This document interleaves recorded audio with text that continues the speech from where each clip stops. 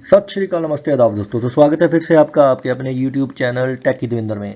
तो एंगुलर की last video में हमने देखा था कि कैसे हमने इंटरपोलेशन की हेल्प से अपने जो कंपोनेंट है जो उसको डेटा ट्रांसफ़र किया था, या ये मान लीजिए कि हमने कैसे जो हमारी HTML फाइल थी, जो हमारा टेम्पलेट था, उसको TS फाइल से एक डाटा सेंड किया था। और साथ ही साथ में देखा था कि कैसे उसमें हमने कुछ एक्सप्रेशंस को यूज़ करके कुछ कैलकुलेशंस की थी। तो आज का टॉपिक है हमारा कंपोनेंट्स पे। अब देखते हैं कि कंपोनेंट एक्चुअल में क्या होता है।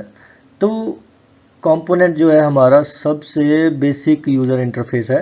मीन्स जब हम कोई भी ऐप डेवलप करते हैं, या मान लीजिए आपने कोई वेबसाइट तैयार करनी शुरू की है, तो उसमें हम अलग अलग पार्ट्स बनाते हैं। जैसे मेन्यू बना लिया, साइड बार बना ली, कुछ फ्रेम्स बना लिए।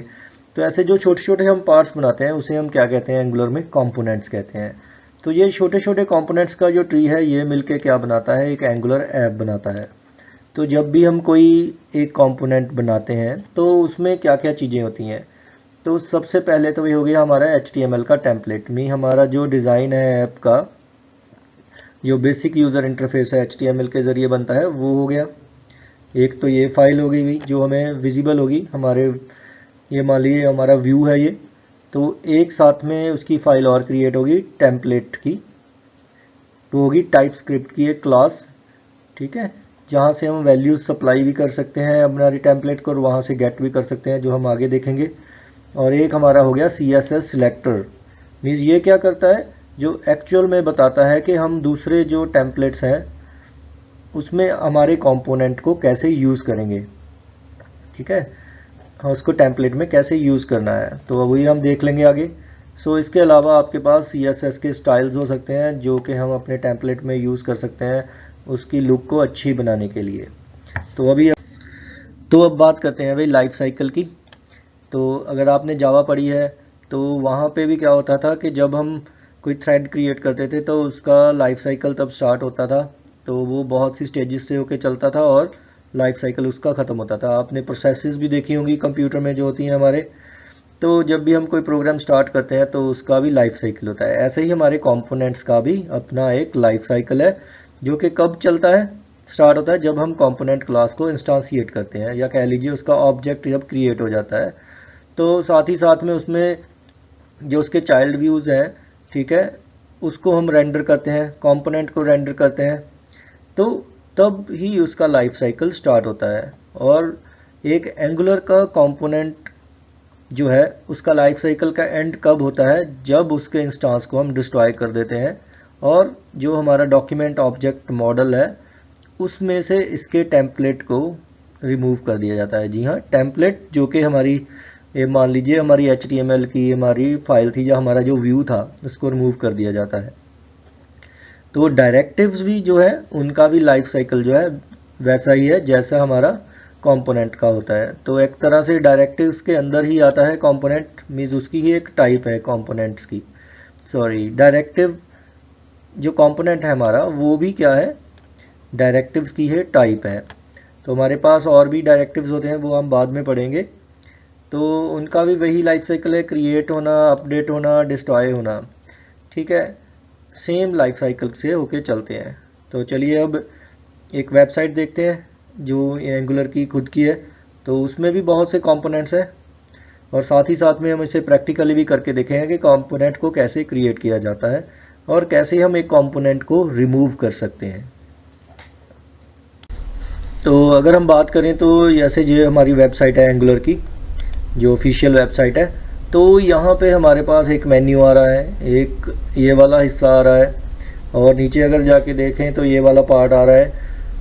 तो ये सभी मिलके क्या बना रहे हैं, एक पूरी वेबसाइट बना रहे हैं, या आप मान लीजिए पूरी ऐप इससे बन रही है।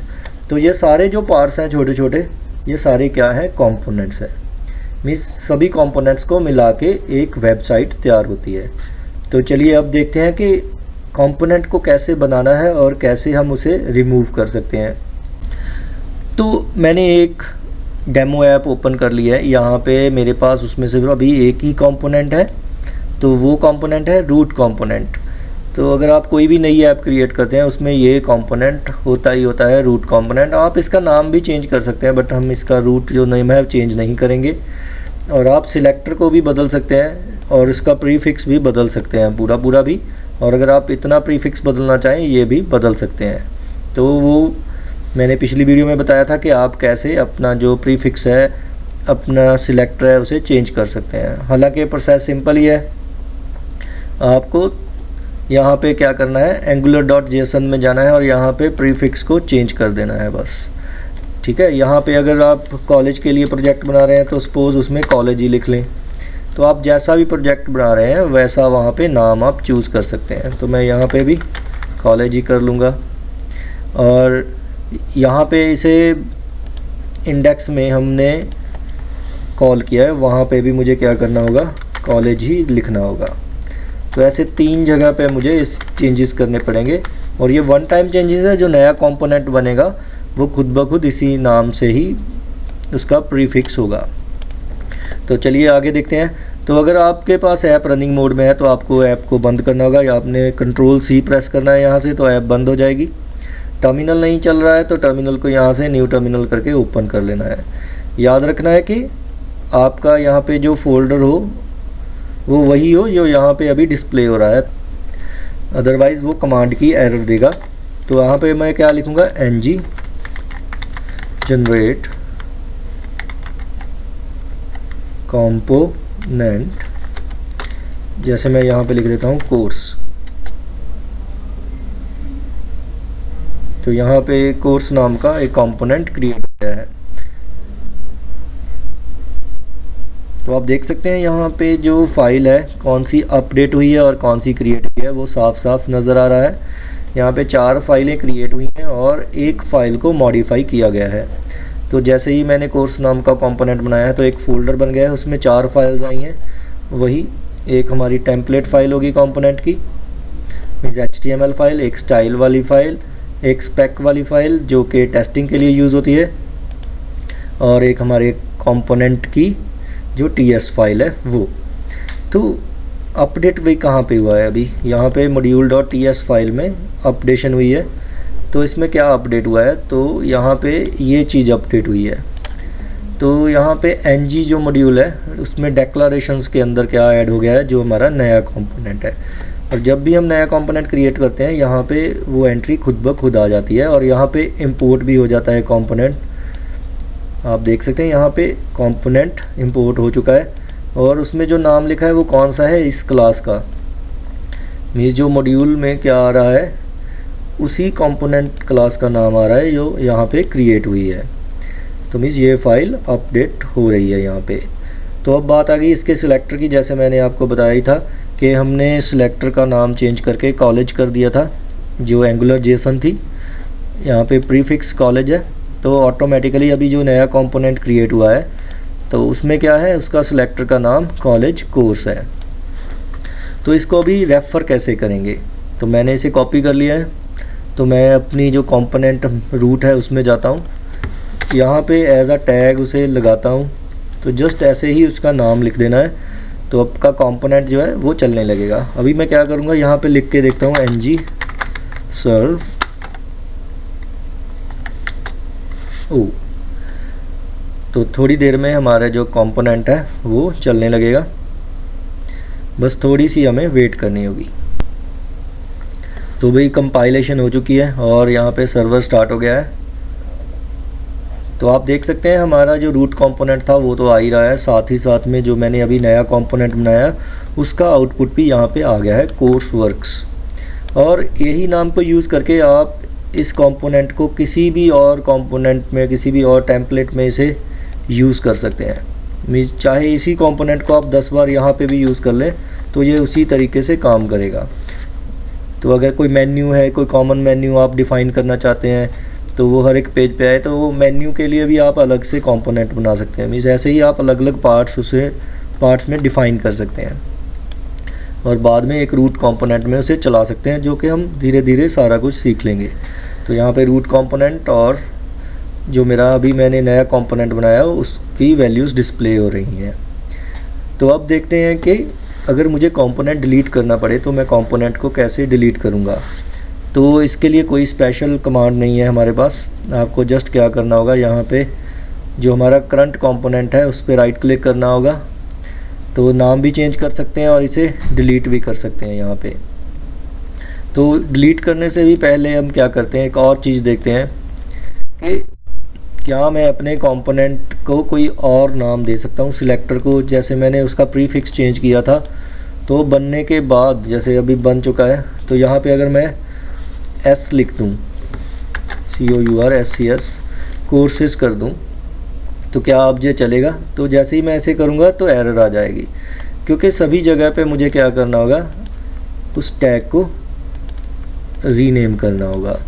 तभी क्या होगा, मेरा कंपोनेंट जो है यहाँ पे देखिए सही से कंपाइल हो गया है, तो चलने भी लगा है। तो ऐसे भी कर सकते हैं। अभी बात कर रहे थे हम डिलीट की, तो जस्ट राइट क्लिक करें, रीनेम करना है तो रीनेम, अगर डिलीट करना है तो यहाँ से आप क्या करेंगे, इसे डिलीट कर देंगे। तो कंपोनेंट डिलीट हो चुका है। बट जैसे ही हम डिलीट करेंगे, जैसे ही डिलीट किया तो क्या हुआ, हमारे पास जो हमारी मॉड्यूल की फ़ाइल थी, पहले तो हमारी जो HTML फाइल में जिसमें हमने अपने कंपोनेंट को चलाया था, वहाँ से सारे सिलेक्टर्स को रिमूव करना होगा। फिर जो हमारी मॉड्यूल वाली फ़ाइल थी, उसमें जो हमारी रेफरेंसेस हैं उसे रिमूव करना होगा। तो एक रेफरेंस ये हो गई और एक रेफरेंस ये वाली हो गई। तो जैसे ही मैं इसे रिमूव करके सेव करूँगा, तो हमारा जो प्रोजेक्ट है वो सक्सेसफुली कंपाइल्ड हो जाएगा और सक्सेसफुली रन होने लगेगा। तो किसी वजह से वीडियो बंद हो गई थी बीच में, तो मैं जो बता रहा था कि कंपोनेंट को डिलीट कैसे करना है, उसमें मैंने ये बताना रह गया था कि कोई भी कंपोनेंट अगर डिलीट करना तो उसके लिए कोई भी कमांड नहीं है कि हम कमांड के ज़रिए उसे रिमूव कर दें। आपको मैनुअल मेथड से ही, जैसे मैंने आपको बताया है, वैसे रिमूव करना पड़ेगा। तो अगर आप ड्राई रन करके देखना चाहते हैं, आप देखना चाहते हैं कि आपका कंपोनेंट बने भी ना, और आप टेस्ट करके देखें कि कौन सी फाइल्स बन सकती हैं उसमें और कौन सी फाइल अपडेट होंगी, तो जस्ट कमांड लिखनी है ng जनरेट कंपोनेंट। ठीक है, यहाँ पे कंपोनेंट का जो नाम लिखना चाहते हैं हाइफन ड्राई और हाइफन रन। तो ये आपको बताएगा कि कौन सी फाइल्स क्रिएट होंगी और कौन सी फाइल अपडेट होंगी, बिना आपके लिए न्यू कंपोनेंट क्रिएट किए। तो यहाँ पे कोई भी कंपोनेंट क्रिएट नहीं हुआ है, तो आपके सामने ही है, यहाँ पे लिखा भी आ रहा है कि कोई भी चेंजेस यहाँ पे नहीं हुए हैं। तो अगर आप इसे शॉर्टकट में भी चलाना चाहते हैं कमांड में, यहाँ पे जनरेट की जगह पे G यूज़ कर सकते हैं और कंपोनेंट की जगह पे C भी यूज़ कर सकते हैं, बनाने के लिए भी और टेस्ट रन करने के लिए भी।